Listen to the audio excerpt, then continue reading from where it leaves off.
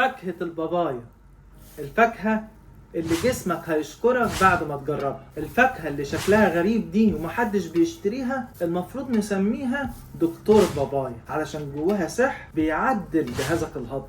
جواها انزيم اسمه باباين او بابايا، مش بابا نويل، لا، ده بقى بيفكك الاكل جوه المعده زي لعبه الليجو. يعني من الاخر وداعا للنفخه وعسر الهضم.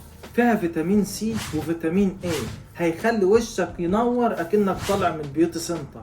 اما الطعم، تخيل مانجا مع شمام دخلوا مطبخ واحد وخلفوا الفاكهه دي اللي اسمها بابايا. بس خد بالك، لو كلتها خضره هتحس ان انت بتاكل كرتون ناشف. لازم تستنى عليها تستوي وتصفر وريحتها تعبي المكان، وساعتها هتلاقي نفسك هي اللي بتقولك تعالى كلني يا وحش. طب يلا بينا نفتحها ونشوف الجمال اللي جواها. يلا بينا. يا جماعة جميلة وطرية ومليانة مية.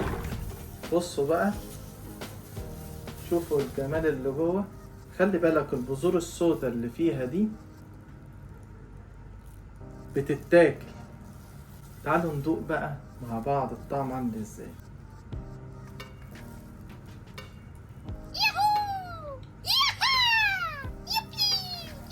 واو،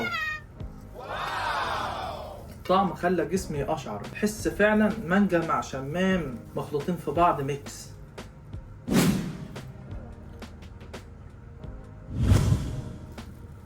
جميلة جدا. سيب لايك لو أول مرة تشوفها، ولو جربتها قبل كده اكتبلي في التعليقات ايه رأيك فيها، وتابعني علشان هجيب لك حاجات أغرب من كده بكتير.